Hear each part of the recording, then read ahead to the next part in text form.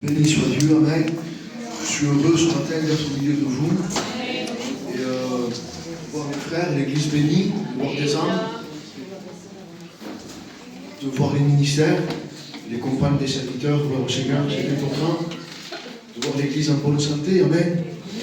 Et John disait dans sa prière, Seigneur, nous voulons que tu agisses dans nos cœurs. Et ce matin, je me suis posé une question par rapport à la prière que faisait John. Je me disais à moi-même, Seigneur, est-ce que je te laisse du temps pour agir dans mon cœur? Et ce matin, si vous le voulez ensemble, nous allons essayer de voir une exhortation, un enseignement, vous appellerez ça comme vous voulez, sur justement comment bien gérer son temps. C'est important de bien utiliser le cadeau que Dieu nous fait, le cadeau du temps. Et le temps, on peut mal l'utiliser, ou on peut bien l'utiliser. Et j'aimerais ce matin qu'on puisse voir ensemble l'importance de bien gérer son temps. Plus que d'être des chrétiens, je crois que le mot chrétien de mémoire, je ne sais pas, peut-être je dis une bêtise, mais il me semble qu'il est écrit qu'une seule fois dans la Bible. Le mot qui revient le plus souvent, c'est le mot disciple. Et Dieu ne veut pas que nous soyons simplement des chrétiens christianisés. Dieu veut que nous soyons ses disciples. Amen. Et un disciple, c'est quelqu'un qui dégage du temps pour son maître. Si nous voulons bien être à l'image de celui qui nous a enrôlés, il faut que nous puissions passer du temps avec lui. C'est en passant du temps avec lui, bien que nous deviendrons comme lui. Vous savez, il y a plusieurs manières, les psychologues disent quelque chose d'important. Ils disent ce que vos enfants retiennent, ce n'est pas ce que vous leur dites, c'est ce que vous faites. Alors on a beau dire plein de choses à nos enfants, on leur dit, on leur parle, mais si ce qu'on leur dit est différent de ce qu'on fait, ce que nos enfants retiennent, ce n'est pas ce qu'on leur a dit, c'est ce qu'on leur a montré. Et vous voyez, un chrétien, c'est exactement pareil. Ce qui est important dans la vie d'un chrétien, ce n'est pas ce qu'il dit, c'est ce qu'il fait. Amen. Amen. Alors, j'ai marqué en introduction ce sujet sur le temps, et j'aimerais le lire avec vous. Le temps est une ressource où tous les hommes sont égaux. Dieu a donné des journées de 24 heures à tous, aux vieillards, aux nourrissons, aux riches, aux pauvres, à l'intelligent ou aux sans instruction. Nous disposons tous de cette ressource, ce cadeau de Dieu qui est si précieux. Amen. Il y a bien une chose dans laquelle nous sommes tous égaux, c'est le temps. Riches, pauvres, âgés, plus âgés, nous avons tous ce temps qui est mis à notre disposition des journées de 24 heures. Il y a un homme qui a dit cette phrase, j'aimerais vous la dire. Il a dit, nous ne savons pas combien de temps nous allons vivre, mais nous pouvons décider de ce que nous faisons avec le temps qui nous est donné. Amen. C'est important ça. Beaucoup de gens se préoccupent de savoir le temps qu'il leur reste à vivre sur la terre. Mais plutôt que de se préoccuper du temps qui nous reste à vivre sur la terre, préoccupons-nous premièrement du temps que Dieu nous donne. Et sachons gérer notre temps à la manière que Dieu le veut. Amen. L'évangile de Matthieu, chapitre 6, verset 21, résume un peu ce que je viens de dire. C'est Jésus, vous connaissez ce texte par cœur. Jésus va dire, car là où est ton trésor, là aussi sera ton cœur. Amen. Le temps révèle nos priorités. C'est vrai ou c'est pas vrai? Le temps révèle nos priorités. C'est là où je passerai le plus de temps que je démontrerai ma priorité. Car nous savons que ce qui est vrai, ce n'est pas ce que nous disons, mais c'est ce que nous faisons. Amen. Amen. Amen. Jésus va dire une chose qu'on peut remarquer à l'œil nu. Vous prenez un sportif, il passe du temps dans la salle de sport. Parce qu'il aime et son cœur est dans le sport, donc il met son cœur dans le sport. Quelqu'un qui aime la mécanique, les véhicules, les voitures, il va passer du temps dans ce qu'il aime. Et finalement, il pourrait vous parler. D'ailleurs, quand on a une passion, quand on a un hobby et dans la vie, on ne fait que parler de ça. Et nos discussions tournent autour de ce qu'on aime. Et Jésus va dire tout simplement, vous voulez savoir si quelqu'un m'aime? Vous voulez savoir si quelqu'un réellement me suit et il est mon disciple? Vous le verrez au temps qu'il passera avec moi. Amen.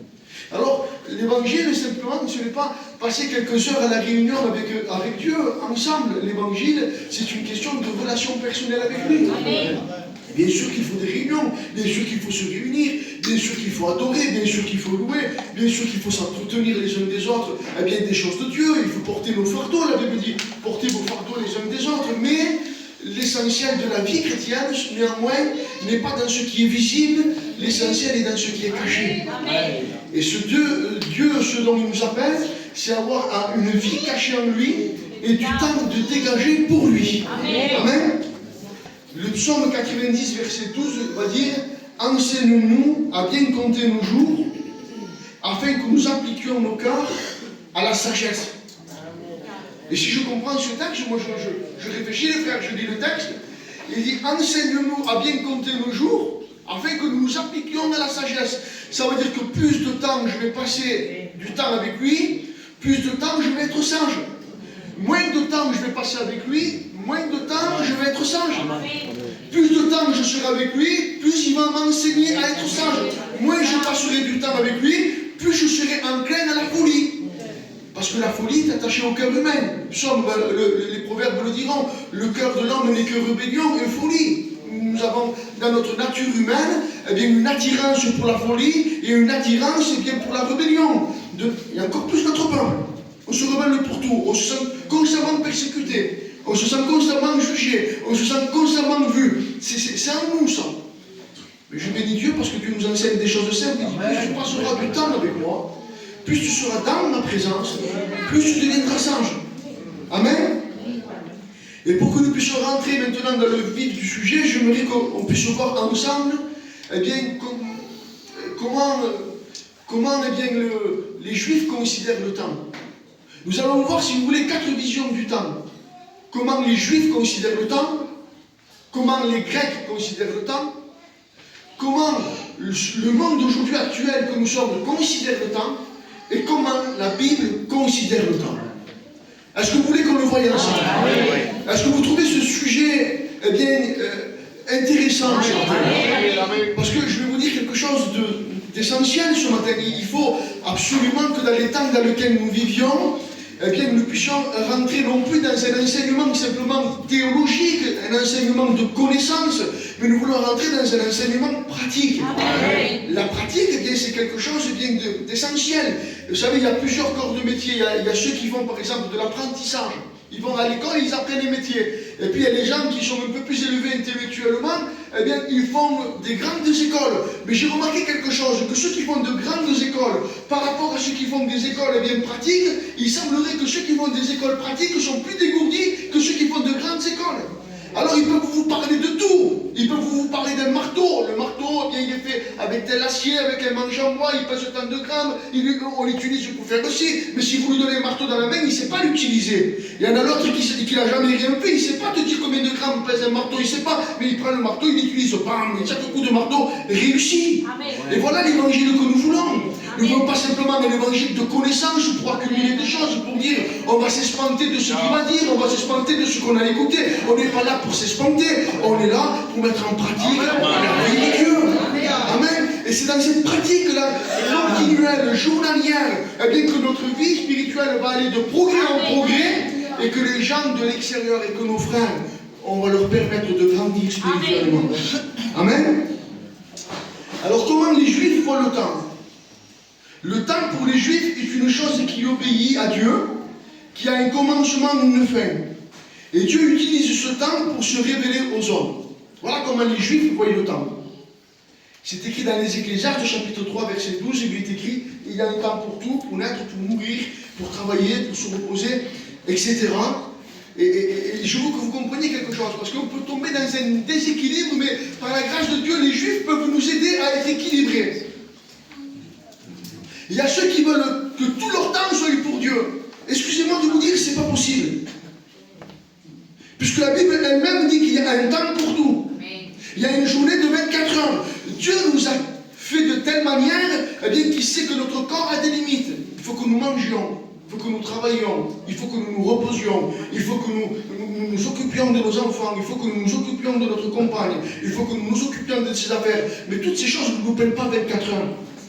Dieu a utilisé et a formé le temps de telle manière qu'on peut dans notre journée dégager du du temps pour nos familles, dégager du temps pour nos besoins, mais dégager aussi du temps pour lui.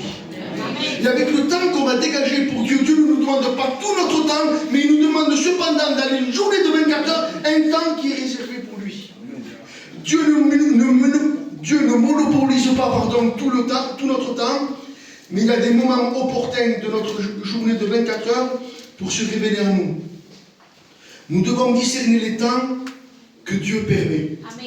C'est le reproche que Jésus va faire aux pharisiens. Il dit le matin, quand vous vous levez, vous regardez le ciel et vous direz demain il fait beau ou il va pleuvoir. Et il dit mais cependant vous ne savez pas discerner le jour de la venue du Seigneur. Et vous voyez ce qui fait un manque de discernement.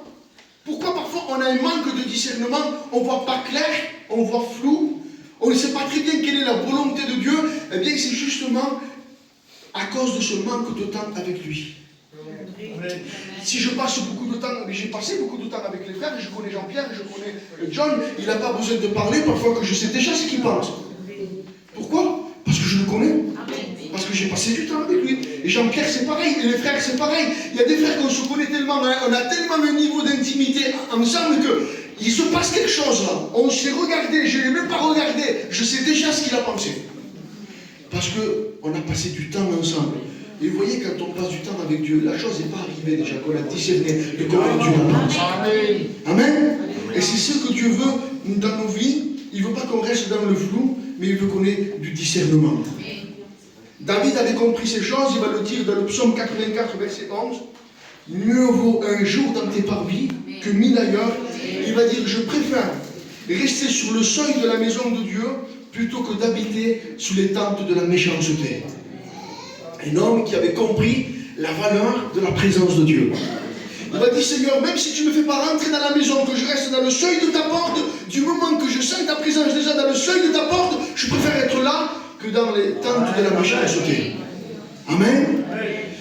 Et ce matin, nous voudrions voir, bien ça c'est la première vision que les Juifs ont du temps, et je trouve que c'est intéressant. Ils ont quelques éléments, mais ils n'ont pas tous les éléments. On va voir les Grecs aussi. Les Grecs, comment ils voient le temps? Les Grecs voient le temps comme une horloge, si vous voulez. D'ailleurs, le mot chronomètre, chronos, c'est un mot grec. Le mot chronomètre, ça vient du dieu Chronos. C'était un dieu pour les Grecs.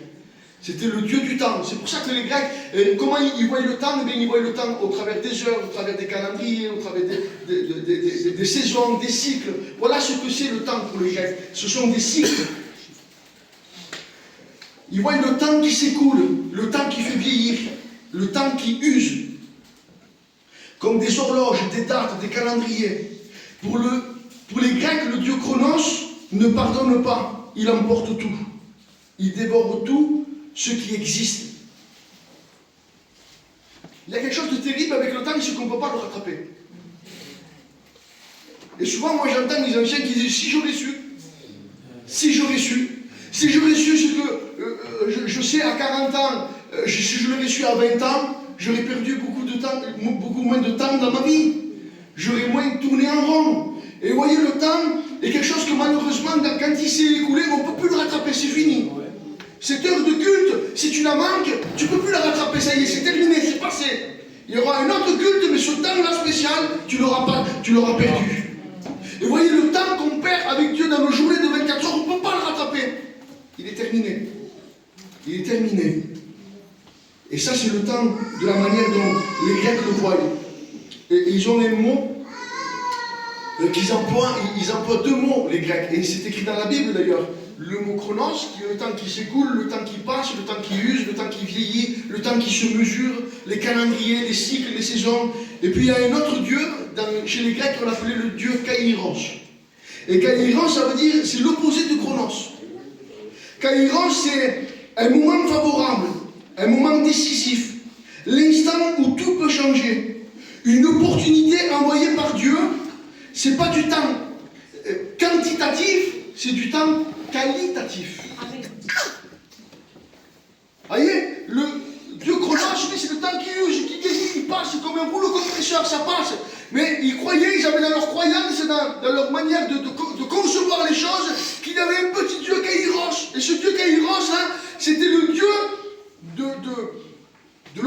qualité. Il y avait des temps favorables bien dans la vie des Grecs à l'époque, ils croyaient, ils avaient cette croyance, et je la crois moi aussi parce que l'apôtre Paul, nous allons le voir ensemble, qui va remettre ça dans le cadre de la Bible, et il va le remettre dans le cadre de Dieu, et Paul aussi croyait que Dieu dans notre vie, il y avait des moments opportuns que Dieu faisait. Et ce matin, je voudrais vous dire que le temps Kairos, les Grecs disaient que c'était un petit Dieu qui passe très vite. Il passe tellement vite qu'il faut le saisir par la mèche des cheveux quand il arrive, sinon il disparaît. Amen. Et les Grecs croyaient que le temps était un mouvement qui revient. Ils croient à un cycle, ils croient au destin. Et les Grecs, dans leur vie de tous les jours, s'employaient non pas à être à l'écoute du Dieu Chronos, mais à être à l'écoute du Dieu Kairos. Ils croyaient au destin, ils croyaient qu'à un moment donné dans leur vie, il y avait quelque chose qui allait se passer, eh bien, pour qu'une opportunité se fasse, un peu comme un chineur. Vous avez vu un chineur? Il passe devant une maison, il sait qu'il y a une opportunité, il l'a senti. Il sent l'opportunité. Un commerçant qui a l'habitude de vendre et d'acheter, il passe quelque part, il sent la bonne affaire, c'est en lui, il sent l'opportunité. Et voilà comment les Grecs vivaient. Comment le monde d'aujourd'hui voit le temps. C'est important, hein, de savoir comment les gens d'aujourd'hui, le siècle dans lequel nous vivons, voient le temps. Le monde voit le temps comme une ligne droite. On naît, on travaille, on est à la retraite et on meurt. Voilà comment le monde d'aujourd'hui, notre siècle présent, voit les choses. Le temps d'aujourd'hui est quelque chose qui s'organise, quelque chose qu'on optimise. Le temps, certains diront, c'est de l'argent. Le temps est une pression permanente aujourd'hui. Le téléphone, les réseaux sociaux, le travail, le temps, dans le siècle dans lequel nous vivons, est une pression, un stress permanent. Le temps n'est plus vécu aujourd'hui. Le temps est subi. Vous êtes d'accord? Moi je me rappelle de nos anciens, ils avaient le temps. Ils allaient travailler pourtant. Mais je me rappelle que c'était souvent au milieu du temps, il y avait un feu, il y avait les anciens qui nous parlaient, il y avait du temps, il y avait de la qualité. Il n'y avait pas tant de quantité, mais il y avait de la qualité. Il n'y avait pas de réseaux sociaux, il n'y avait pas de téléphone, il n'y avait pas la télévision. Je me rappelle que à Clairefonds, il y avait toujours un endroit avec un feu. Et on faisait un feu, il y avait tous les anciens qui se mettaient, et les jeunes, on était là, on écoutait les histoires des anciens. Il y avait un temps de qualité. Mais aujourd'hui, nous, la jeunesse, il faut qu'on mange vite. On mange McDo, on mange rapide. Il faut que tout soit rapide, il faut qu'on ait le temps de travailler, il faut qu'on ait le temps d'acheter, il faut qu'on ait le temps de s'occuper de nos enfants, et on est dans un état d'esprit où il faut qu'on optimise tout. D'ailleurs, aujourd'hui, la valeur d'une personne, on la donne par rapport à l'efficacité qu'il a. Plus quelqu'un est efficace, plus quelqu'un est rapide, plus quelqu'un sait organiser son temps, plus on va lui donner de la valeur. Aujourd'hui, on n'aime pas les gens mous, parce que le temps ne permet pas que quelqu'un soit mou. Moi, je suis un peu vif, ma femme un peu moins. Alors, des fois, c'est un peu la guerre. Allez, on marche derrière, allez. Et oui, parce qu'on a cette mentalité, il ne faut pas perdre du temps, il faut y aller, il faut faire ci. Il y a la réunion, aujourd'hui, il y a le culte ce matin, à 4h, il y a les baptêmes. Puis ce soir, il y a la réunion de frères. Et puis demain, il y a encore le travail. Et puis lundi, à 5h, il y a encore ci. Vous voyez, le temps, il faut l'organiser. Voilà la mentalité dans laquelle on est aujourd'hui. Et dans toute cette quantité de temps, il y a un manque de qualité. Et aujourd'hui, il ne faut plus que nous recherchions la quantité, mais il faut que nous recherchions la qualité. Amen. Aujourd'hui, le temps fait que les gens sont éparpillés. Leur attention est divisée. Le monde se plaint d'un manque de temps, mais en réalité, on manque de paix. Amen. Le monde d'aujourd'hui vit dans le chronos, rapidité, distraction, efficacité, alors que Dieu se trouve dans le kairos, la patience, le moment précis opportun. Amen. Gloire au Seigneur. Amen. Vous êtes d'accord jusqu'à maintenant? Amen. Gloire au Seigneur. Alors on va essayer de voir ensemble maintenant ce que la Bible dit par rapport au temps. La Bible, concernant le temps, ce n'est plus le subir, mais c'est le gérer. Amen. Éphésiens 5, 15 à 17, on va le lire si vous voulez. C'est important que nous le lisions, pour que vous puissiez comprendre ce que la Bible dit. Et aujourd'hui, moi, je ne veux pas apporter ma pensée, parce que si j'apporte ma pensée, je vais être déséquilibré. Mais si j'apporte la pensée de la Bible, elle va être équilibrée, elle va être adaptée à ma vie. Vous savez, il y a des erreurs qu'on fait parfois, on veut que notre vie soit la vie de tout le monde. Et parfois, on a un jugement par rapport aux autres parce qu'on ne comprend pas qu'ils ne font pas comme nous et qu'ils ne sont pas comme nous. Mais la Bible, ce n'est pas que tous les gens sont comme moi. La Bible, c'est que tous les gens soient comme Dieu veut qu'ils soient. Et on est tellement unique qu'il existe 7 milliards d'êtres humains, il y a 7 milliards de personnes différentes. Il y a des blancs, il y a des noirs, il y a des petits, il y a des grands, il y en a qui ont les yeux bleus, il y a des vilains, il y a des beaux, il y a de tout. Et Dieu fait une telle chose, bien que tous sont uniques. Et nous sommes uniques et nous ne pouvons pas nous ressembler dans notre vie de tous les jours. Le temps que j'ai moi n'est pas le temps qu'il a l'autre, mais cependant, ce n'est pas moi qui dois dire à l'autre de calquer sa vie sur moi, mais c'est que chacun, dans la vie qu'il mène, doit gérer le temps que Dieu veut qu'il gère. Amen. Alors, Éphésiens 5, 16, rachetez le temps, car les jours sont mauvais. C'est pourquoi ne soyez pas inconsidérés, mais comprenez quelle est la volonté du Seigneur. Amen. Vous voyez, il y a une compréhension de la volonté. Les deux versets sont en relation. Pour comprendre et pour considérer la volonté du Seigneur, il faut avoir du temps. Il faut racheter le temps. On ne peut pas comprendre le Seigneur si on n'a pas de temps. Dieu demande du temps. Dieu n'est pas dans la rapidité, Dieu est dans l'efficacité et Dieu est dans la qualité. Le mot racheter en grec, agora, Paul utilise l'expression, mais je vais vous dire comment, dans quel contexte, comment Paul parle aux Éphésiens. Les Éphésiens, ce sont des Grecs, et ils ont un style de vie grec.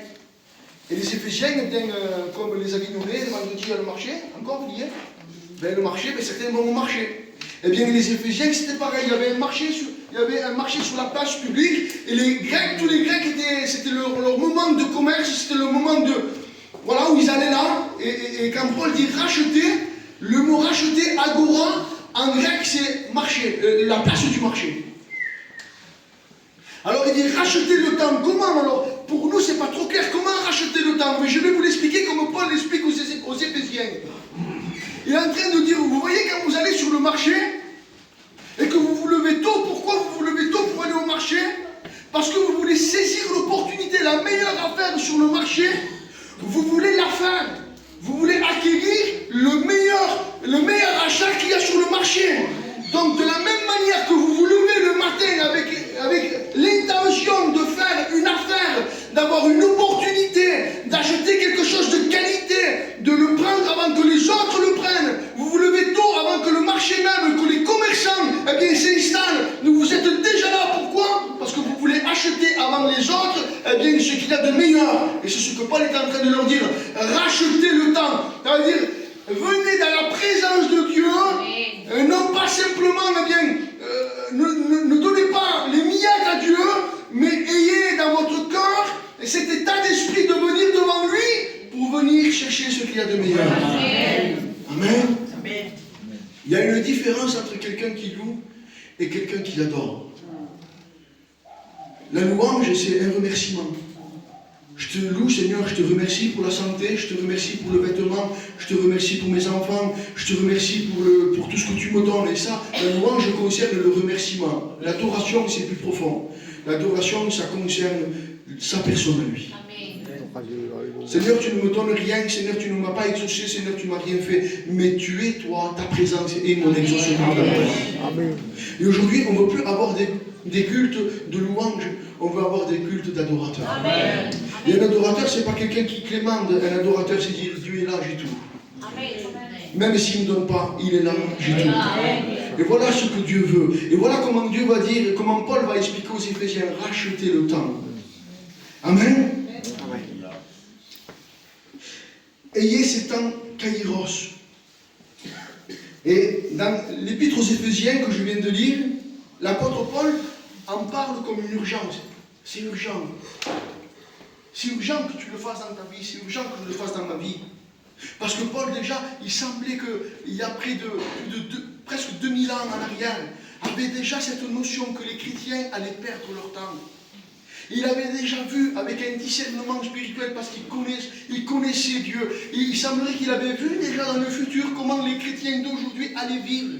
Ça allait être des chrétiens déjà en son temps, c'était les prémices. Parce que si Paul le dit aux églises d'Éphèse, c'est parce qu'il avait perçu ça. Il avait perçu qu'il y avait un manque de relation avec Dieu. Il avait perçu qu'il y avait un manque de communion avec lui. Il avait perçu qu'il y avait un manque de vie avec le Seigneur. Mais parce qu'il a perçu, il a exhorté, il a enseigné le peuple à le faire. Mais il semblerait que cette portée aujourd'hui, elle est encore plus importante que lorsque Paul le disait à son époque. Parce qu'à l'époque de Paul, il n'existait pas la télé, il n'existait pas Internet, il n'existait pas de réseaux sociaux, il n'existait rien du tout. Et déjà les gens étaient préoccupés à un tel point qu'ils ne passaient pas assez de temps avec Dieu. Alors imaginez-vous Paul dans sa vision, dans sa clarté spirituelle qu'il avait. L'Esprit de Dieu, le Saint-Esprit a permis que l'épître aux Éphésiens soit écrit pour qu'aujourd'hui il ait encore une portée pour nos vies. Amen. Amen. Rachetez le temps. Faites-le avec un cœur dévoué. On va lire, si vous voulez, Colossiens, chapitre 4.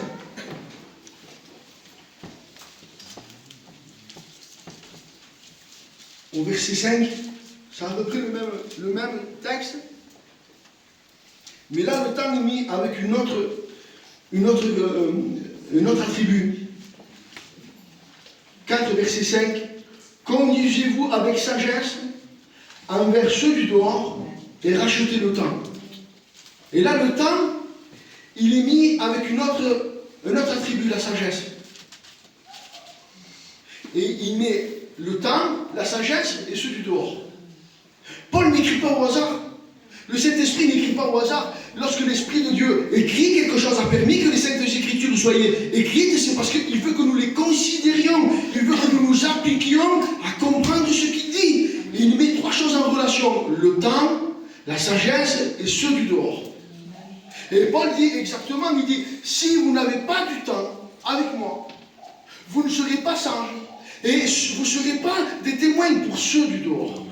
Il va dire, si vous voulez être des témoins pour ceux du dehors, alors il faut que vous rachetiez du temps, il faut que vous, kairos, le même mot, il faut que vous ayez des temps opportuns pour passer devant ma face, pour être en communion avec moi. Et lorsque vous aurez ce temps de qualité, ce temps opportun, ce temps mis à part, devant ma présence, lorsque vous serez avec les gens du dehors, vous n'aurez pas la sagesse humaine, mais vous aurez la sagesse qui vient d'en haut. Je vous la communiquerai dans ce temps opportun que vous passerez avec moi. Et quand vous serez avec les gens du dehors, ce n'est pas en communion avec vous qu'ils seront, ce sera en communion avec moi.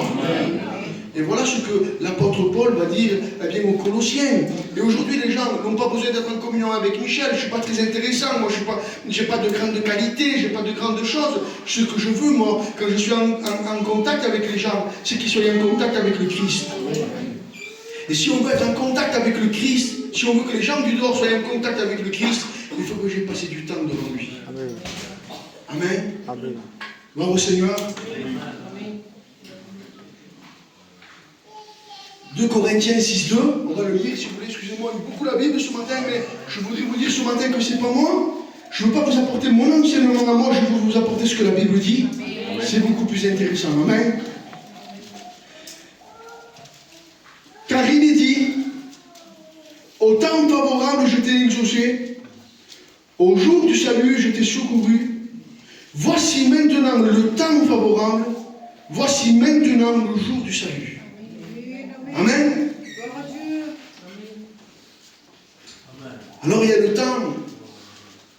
qui est maintenant. C'est le même temps, kairos. Le mot temps en grec, il est traduit de la même façon, kairos. Nous avons vu le temps qu'il faut saisir une affaire qui passe. Nous avons vu le temps qu'il nous faut pour la sagesse du dehors. Mais là, l'apôtre Paul va dire le temps de la bénédiction qui est maintenant. Amen. La bénédiction dans ta vie, c'est maintenant. Amen. La bénédiction, c'est pas hier.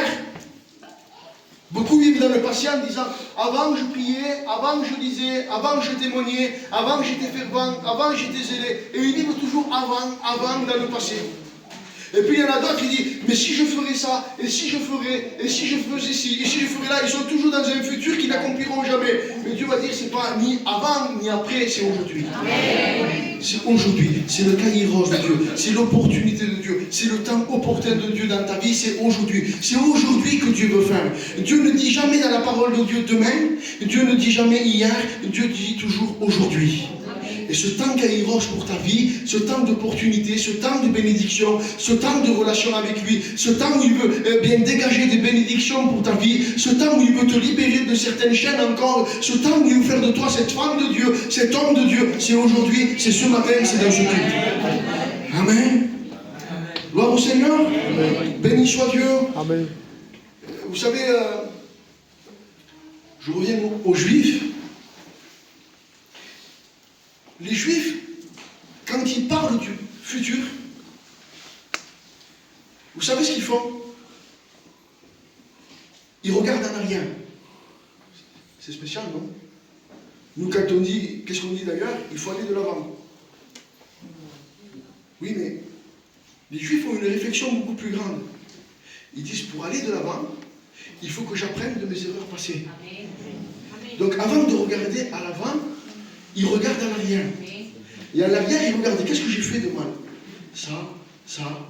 Ils font une analyse de ce qu'ils ont fait de mal. Ils ont un temps de réflexion pour dire, et qu'est-ce que l'autre avant moi a fait de bien? Il a fait ça, il a fait ça, il a fait ça. Et quand ils ont tous les éléments, alors à ce moment-là, ils peuvent aller de l'avant.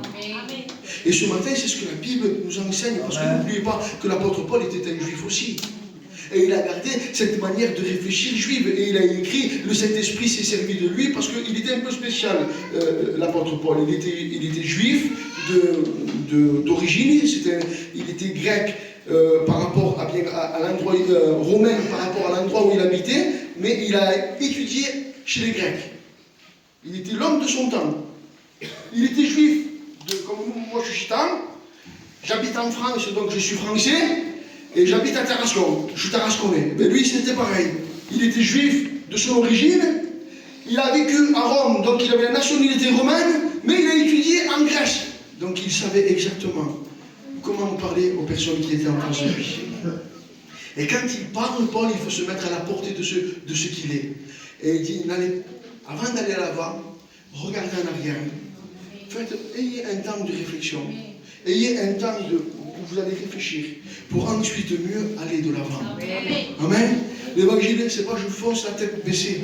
L'évangile, c'est je vais un pas après l'autre dans la direction que Dieu veut. Amen.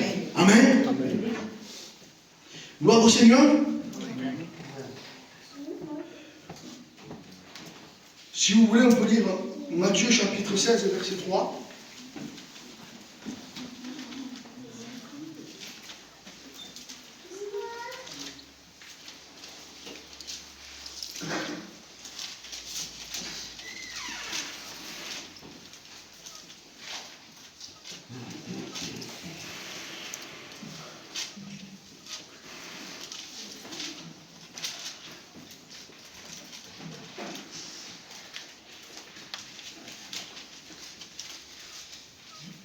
C'est le verset que j'ai cité tout à l'heure.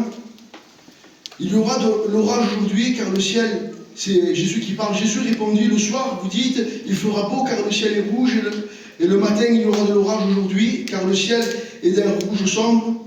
Vous savez discerner l'aspect du ciel, et vous ne pouvez pas discerner les signes des temps. Et j'aimerais rester un peu plus longuement ce matin sur ce verset-là. Est-ce que vous êtes d'accord que l'Église même, je me mets moi, les serviteurs de Dieu même, n'arrive plus à discerner les signes des temps. Pourtant, c'est écrit, c'est clair. Si vous lisez Matthieu chapitre 24 et ce qu'on vit aujourd'hui, bien, il y a des choses qui sont en train de se passer dans le monde, des guerres, des guerres, une nation qui s'élève contre une nation, un royaume contre un royaume, la terre s'agite, on sent qu'il y a de plus en plus de peur, de violence, il y a de plus en plus d'impudicité, et toutes ces choses-là bien, font que le péché est arrivé à son comble. On sent même, disons-le honnêtement ce matin, qu'il y a un refroidissement dans la vie spirituelle, et c'est des signes que la Bible dit. Il va dire même à l'église de l'Apocalypse, à l'église de la Odyssée, il dit, tu crois que tu es riche, mais en réalité tu es pauvre. Il dit, tu crois que tu le vois, mais en vérité tu as besoin d'acheter du collier pour tes yeux. Et tu vois, c'est l'église qui vit un peu dans l'illusion. Et j'ai écouté un cantique ce matin qui m'a fait beaucoup de bien. D'habitude, moi je n'écoute pas trop de cantiques, mais là j'écoute une chaîne de cantiques, ça s'appelle Feu Royal. Alors j'ai écouté ça, c'est un ancien qui me l'a envoyé. Alors c'est dans un style un peu africain, pas dans notre style à nous, mais néanmoins les paroles sont remplies du Saint-Esprit. Il y a une phrase qu'elle dit dans le cantique, elle dit Seigneur, ne me donne pas l'onction sans l'obéissance, parce que sinon je vais construire un trône à mon ego. C'est fort ça les frères, hein? Ça veut dire que quelque part on peut avoir l'onction sans l'obéissance, ça peut arriver. Saül a été roi, mais il n'avait plus d'obéissance. Il était roi, mais il n'était plus dans l'obéissance. Il avait reçu l'onction royale, mais il n'obéissait plus. Et qu'est-ce qu'il a fait tout au long de sa carrière de roi? Il a voulu construire non pas un trône pour la gloire de Dieu, mais il a voulu construire un trône pour son ego. Et on peut, eh bien, avec les talents et les dons que Dieu nous a donnés, construire un trône à notre ego. Dieu nous a donné le don de chanter, et on peut faire de ce don, eh bien, un trône pour notre ego. Dieu nous a donné le don de la prédication, on peut s'en servir, eh bien, pour en faire un trône à notre ego. Dieu nous a donné la facilité pour prier, et on peut faire de cette facilité de prier un trône pour notre ego. Et tout ce qu'on fait en réalité, même les dons et les talents que Dieu nous a donnés, si elles ne sont pas dans l'humilité, elles peuvent devenir en nous un trône pour notre ego. Et aujourd'hui, on n'a pas besoin d'un trône pour notre ego. Mais on a besoin de faire comme les 24 vieillards qui seront dans le ciel, et quand le maître sera venu, ils prennent leur couronne et ils le jettent à ses pieds. Amen. Elle dit, Seigneur, l'apôtre Paul va le dire, pourquoi te glorifies-tu que comme si ce que tu avais, tu ne l'avais pas reçu, tout ce que tu as, tu l'as reçu, alors tu n'as aucun moyen de te glorifier. Amen. Et aujourd'hui, on n'arrive plus à discerner les temps. On vit dans ce temps chronos, ce temps de folie. Ce temps où on vient de finir Noël, on pense déjà à ce qu'on va faire au Noël prochain. Ce temps-là où il semblerait eh bien, qu'on n'a plus de qualité, où on est pressé, oppressé constamment. Et vous savez, quand on court, on a la tête baissée et on ne voit pas ce qu'il y a autour de nous. On ne voit pas ce qu'il y a autour de nous. Les sages en Orient, ils avaient une tenue vestimentaire qui faisait que quand ils marchaient, ils étaient obligés de marcher doucement. Ils avaient une robe qui les empêchait de courir. D'ailleurs, le fils prodigue, quand le père l'a vu, la chose qu'il a dû faire, c'est relever sa robe pour courir vers son fils. C'était quelque chose même d'irrespectueux pour un ancien de faire ça. Et quand il marche un sage en Israël, eh bien, il ne sait pas, eh bien, il démontre la sagesse. Il marche, il prend le temps, il analyse, il regarde, il observe, il réfléchit, il est là, c'est un homme, c'est un ancien, et il est là, il réfléchit, il examine, il apprend de ses erreurs passées, il regarde la jeunesse, il donne des conseils, et il voit, il marche, il est riche de son expérience, et il est riche de la parole de Dieu, il sait discerner les temps. Mais aujourd'hui, il semblerait que le monde nous a façonnés pour que nous soyons des sprinteurs, pas pour que nous soyons des gens d'endurance. Il faut que tout aille vite. Il faut que tout aille vite. Et parce qu'on va vite, on va vite, on va vite, on ne voit plus ce qu'il y a autour de nous. On n'arrive plus à discerner qu'on est dans le temps du retour du Seigneur. Et que ce que Dieu veut, ce n'est pas une église qui aille vite, c'est une église eh bien, qui marche au diapason de Dieu. Amen. Dieu va dire un conseil à Jacob, il va dire Jacob, marche au pas du troupeau. Dans ton foyer, marche au pas de ta compagne. Si ta compagne est plus basse que toi, spirituellement, qu'elle n'a pas la compréhension que tu as toi spirituellement, rabaisse-toi à son niveau. N'essaye pas de l'élever à toi, parce que tu vas la briser. Mais rabaisse-toi à son niveau, pour qu'ensemble, elle puisse progresser à son rythme à elle. Il ne faut pas imposer des choses dans son foyer, que l'autre n'est pas capable de faire. Il faut que nous puissions, par notre vie de sagesse, par notre vie, pas parce que nous disions, parce que vous savez, les gens savent, ils nous connaissent. Et il sait que parfois sur le moment d'une émotion, on peut dire aujourd'hui on va prier, aujourd'hui on va jeûner, aujourd'hui on va faire ceci, aujourd'hui on va faire cela. Et le lendemain, tous les bons désirs qu'on avait, ils sont tombés à l'eau. Et on a repris nos anciennes habitudes. Ce que les gens, ce que notre compagne a besoin de voir, ce que nos enfants ont besoin de voir, ce que les chrétiens ont besoin de voir, c'est des gens réguliers. Amen. Des personnes qui sont régulières, qui ne parlent pas beaucoup mais qui agissent. Qui ne disent pas beaucoup de choses, qui ne savent pas beaucoup de choses, mais que par leur pratique démontrent une vie sage, une vie qui est agréable, une vie qui montre la paix, une vie qui émane la présence de Dieu, une vie dans laquelle l'onction, elle sort d'une vie d'obéissance. Dieu ne veut pas des choses extraordinaires. Dieu est le Dieu des choses simples. Les choses simples, Dieu peut les rendre extraordinaires. Un petit moment de prière le matin à genoux est capable de rendre ta journée extraordinaire. Elle est capable de changer le cœur de tes enfants. Elle est capable de changer le cœur de ton compagnon. Plus que 1000 paroles que tu lui diras, plus que 1000 actions que tu lui diras de faire. Lorsqu'il te verra, il ne dira rien. Mais ce que tu as fait sera un témoignage pour sa vie. Combien d'hommes j'ai entendu témoigner. Ma femme, je la battais. Ma femme, je lui faisais aucun cas. Ma femme, je la méprisais. Mais je l'ai vu prier, je l'ai vu se tenir devant Dieu, je l'ai vu tenir fidèle. Et quand un homme voit de la fidélité, quand un homme voit de la régularité, quand un homme voit de l'endurance, son cœur est touché. À un moment donné, ça rentre dans sa vie. Il y a du remords qui rentre, il y a une prise de conscience qui est là. Dieu n'a pas besoin de voir des gens qui sont tout feu, tout flamme. Oui. Dieu a besoin d'une petite flamme, mais constante. Amen. Elle est constante. Vous savez, dans la vie spirituelle, il y en a qui me font peur. Demain, ils veulent tout casser.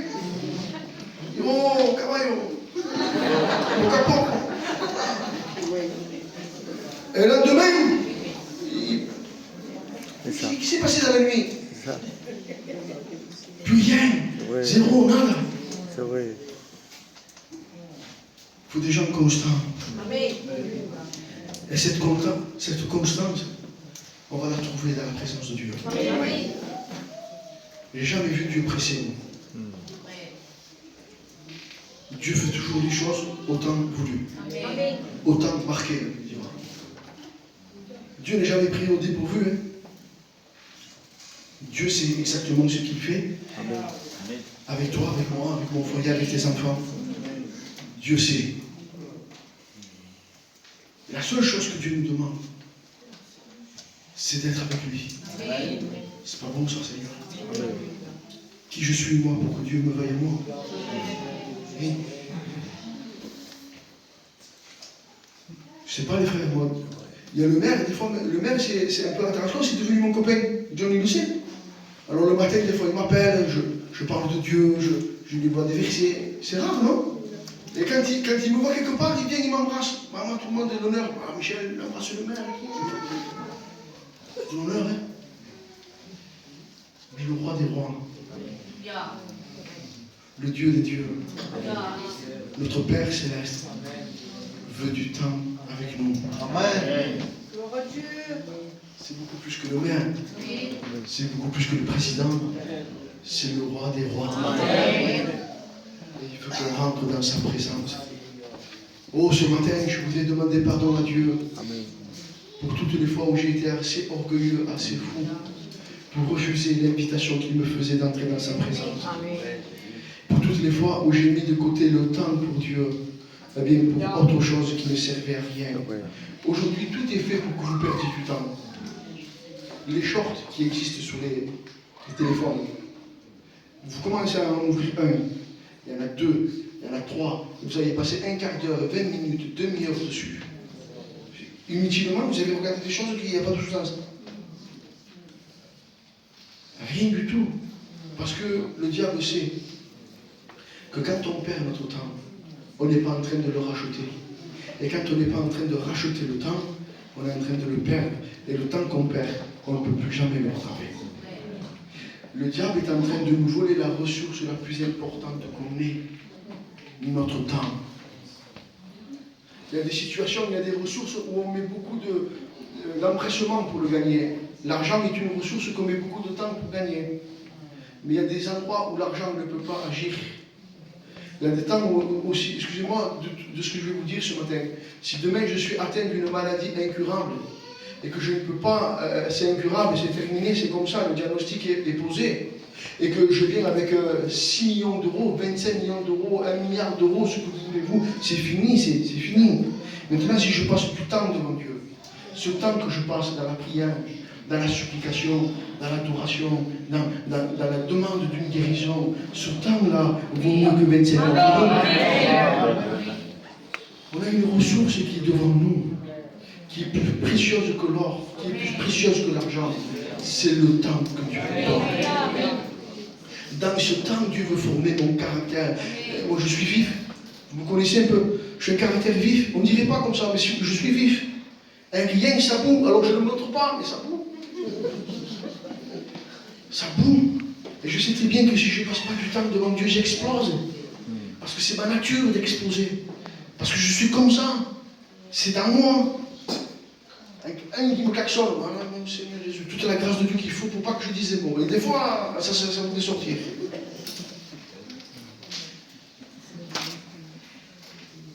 L'autre fois au marché, le petit débat, le placier, il ne veut pas le laisser.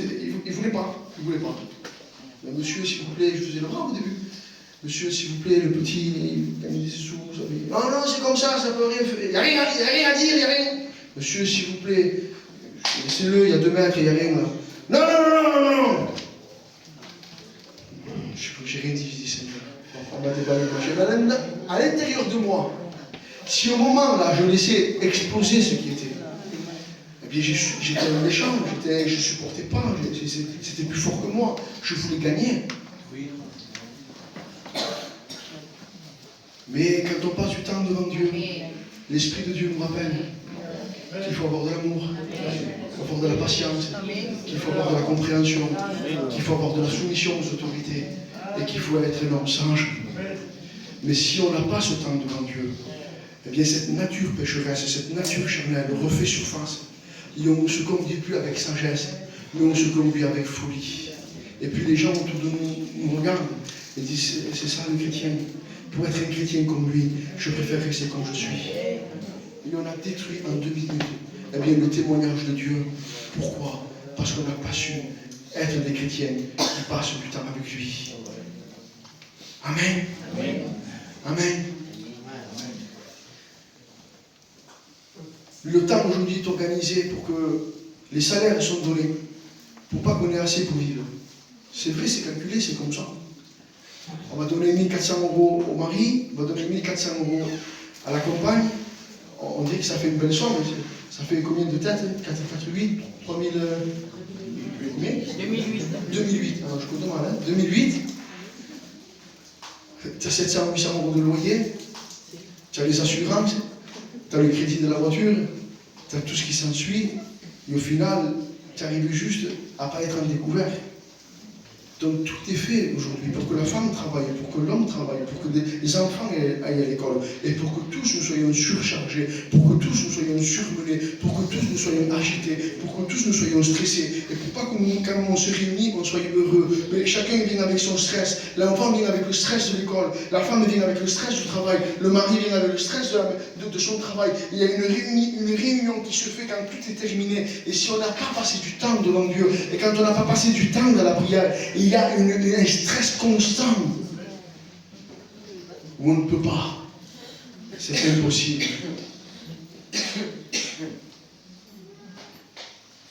La clé pour s'en sortir, Amen. c'est ce temps kairos. Je donne un conseil aux jeunes foyers. Prenez des bonnes habitudes dès le commencement de votre vie avec le Seigneur. Je le faisais avec ma femme un temps, on a arrêté, on a refait, là on ne le fait plus, mais je veux le faire. Amen. Je me rappelle d'un temps où je me levais le matin très tôt avant d'aller travailler. Elle aussi, elle se levait le matin très tôt avant de travailler. Et avant même de se parler, on priait. Amen. On se tenait dans la présence de Dieu à genoux. Et on passait du temps devant Dieu. Et on priait. Et on était là, on était dans la présence de Dieu. Quand on se levait, maman, elle était belle. J'étais beau. Le café, il était bon. J'étais heureux d'aller travailler. Mais c'était la présence de Dieu. Parce que s'il n'y avait pas l'effet de la présence de Dieu, je dirais, qu'est-ce qu'elle a? Elle commence le bon matin. Fais-moi un café, va, allez, fais-moi un café. Et je vais travailler en râlant. Et le premier chef qui me dit quelque chose, celui-là, je l'attends mon virage. Pourquoi? Parce qu'on n'a pas passé du temps devant Dieu. Il y a notre nature qui ressort. Mais quand on a dégagé du temps pour le Seigneur sait agir dans nos vies. Amen. Alors je ne vais pas aller plus loin ce matin. Je vais fermer la Bible. Il y avait d'autres versets, mais ce n'est pas grave, je crois qu'on a dit l'essentiel ce matin. On va prier ensemble, si vous voulez, je vais laisser la place au frère. Que le Seigneur vous bénisse. Amen.